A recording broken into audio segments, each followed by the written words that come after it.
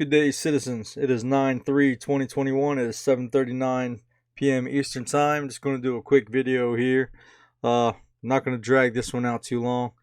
Just wanted to update the progress of the staking experiment here. And we'll go back to our notes here, and we can see that we staked our cake, or my cake, on 8/29/2021 at 4:25 p.m. The market value of cake at that time was $25.26. We can currently see it as $23.23. We staked 151.62 cake, which was around $3,830.71. We're going to come to the details here. And we can see that because the price of cake has fallen, our value worth of staking has decreased. But we can see that we were expecting to make an estimated reward of $47.52, which was equal to 1.881 cake.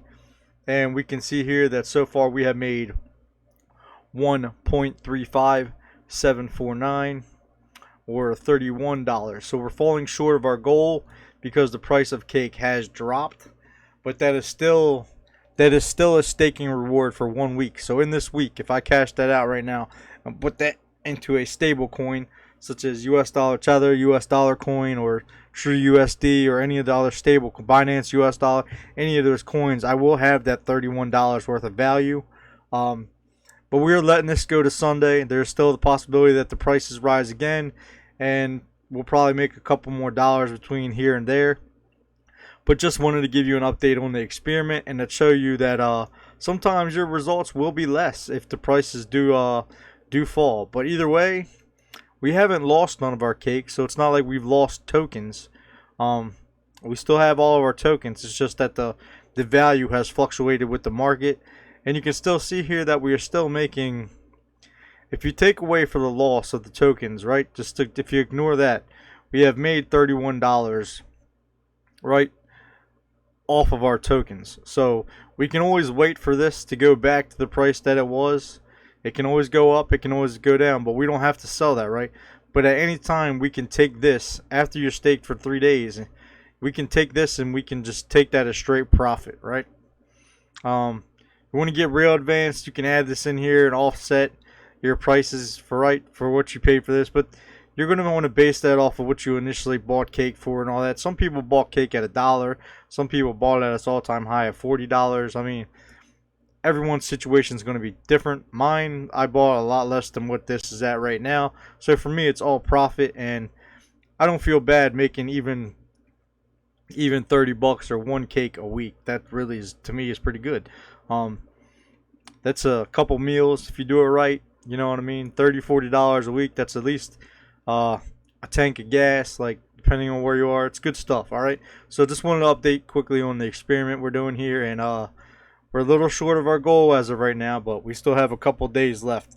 So one that another thing to talk about: the price of Bitcoin close to 50K. Ethereum was almost back to 4K. Cardano hit $3 and then dipped down a little bit. What's to say about that? Personally, I love Cardano. I got in, I keep telling you guys this, I got in a year ago, right? So we'll click this and I'll pull this up so you guys can see me. Don't want you to think I'm full of like bullshitting you guys. But you guys can see that literally last September we were around 8 to 10 cents. I kind of started doing more research and got in right around like November-ish. So it was around like 17 cents. I was working an outage, and then boom, I said, all right, screw it, I'm gonna go in.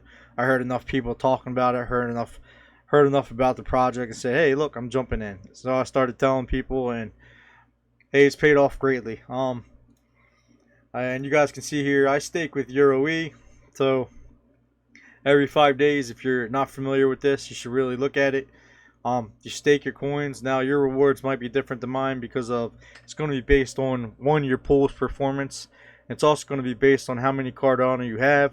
I'm not going to tell you how many Cardano I have, but I make roughly, on average, I'm going to say around 25, because some of these are peaks, some of these, like the pool, do piss poor, and then it'll shoot up. So around 25 Cardano a week. It seems more than recently I've been making about 30.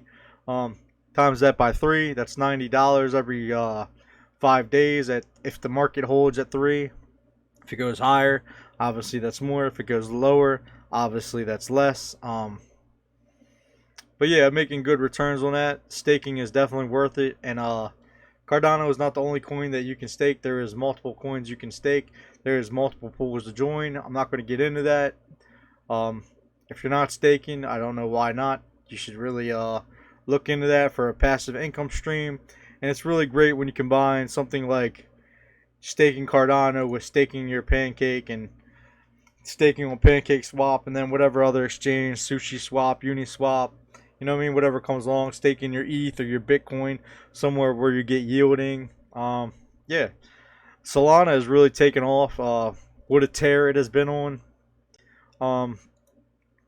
You can see here this peak. Not going to go into that too much. Just remember, crypto is a funny thing. Sometimes it'll go real hard like that, and then it'll have a real hard crash. Not wishing that on anyone. Not saying it's going to happen. There's always moonshots in crypto. We've all seen them if you've been around. Just watch out jumping into peaks. It can sometimes end out real bad. Another thing I want to talk to real quick is I want to talk about people who they chase candles, kind of tying into what I just said too. I want to show you guys something. Now, I used to own Hollow Coin way back in the day. I'm talking probably 2 or 3 years ago. And well, let me click all the time. And I'm really kicking myself in the ass for this. And this is a lesson learned, and it's something that I kind of knew was going to happen, but it's just the way it is. So I probably got into Hollow. I'm gonna say, yeah, probably the 18s, and it was less than a penny. You guys can see here that's at a penny now. I'm not gonna lie, I sold my Hollow. I got out, and I jumped into other coins, jumped into other projects. The only reason I'm showing you this and talking about it is because you don't always win. You're gonna make mistakes, and sometimes the best thing to do is just hold a project. It's not always good to leverage trade, jump around, try to chase candles, catch falling knives, all these things that people tell you about. And I want to be real with you because my journey, I've learned the hard way, a lot of stuff. So I hold a couple coins like that I'm just not going to sell. And I'll wait for them to hit targets. Currently, one of those that I'm holding that I strongly believe will do that. And I know everyone hates it, but I'm going to hold XRP. We'll take a quick look at it, and I'm going to tell you why. The all-time high for XRP was around $3. You can see we haven't hit that. Now, everyone hates this coin. Well, let me rephrase that. A lot of people like this coin, but a lot of people hate it. They call it the banker's coin, a centralized coin, this or that. I'm not going to turn into an XRP Maximus channel. I'm not going to turn into a Riddler's channel. I'm not about that life. I don't want to promote that kind of toxicity or that kind of mindset. But I do want to talk real things and real strategies. And to me, there's no reason this coin should not be back to where it was.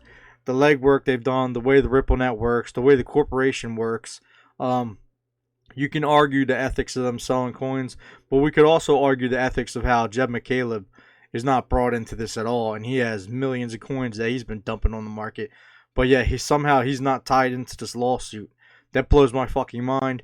I just want to say that sometimes if you are into a project and you actually understand the technology, you understand how it can be implemented, and you really have a good grasping of it and you see where that project is going, don't sell. Don't go chasing other projects. Don't just hold it.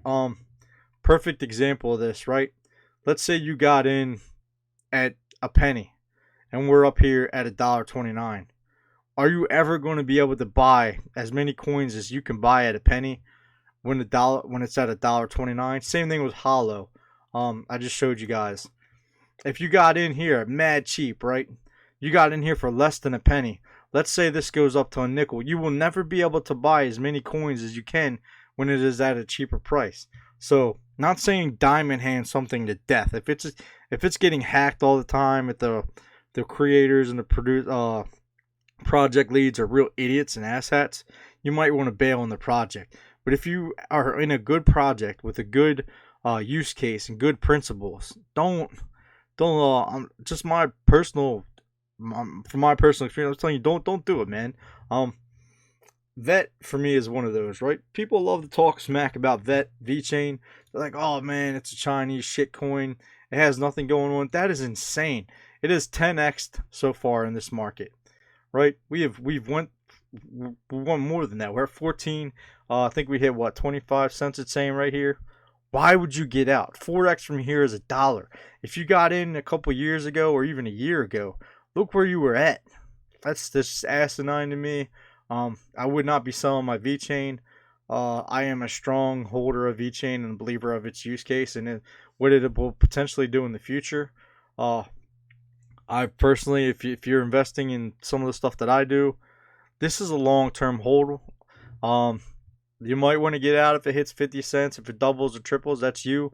I'm not. I want to see where this project goes years from now. I think different coins have different investment strategies. Some of them you want to hold short term, some of them you want to hold long term, and then even if you're holding it long term, you still have to have exit strategies, right? So you don't marry any coin, you don't marry any project. I'm not married to any of my coins, and at any time, if I need be, I will cash out and I will pay my bills for life, or I will take profit if I no longer believe in the project. If you're on Wall Street Bets and you hear this diamond hand thing or paper hands, that was a meme that used to mean that you're riding that coin down to death because you're going to be left with nothing. So a little bit of a reference to what things are and where they are now, but like you don't you don't ride things down to death. All right, so just take that advice and run with it. Just want to talk about that. I've been playing some Green Rabbits here. They do have crafting now. So if you're playing this game, we'll go ahead and we'll try to craft one real quick just so you can see. The races aren't available yet, but if you're following the project, you can make these they're called green prints, right? I don't know if I'm going to get successful here. I'm just clicking things just for the sake of you guys to see. I've made a couple of the what they call green prints. And oh, let's try this again.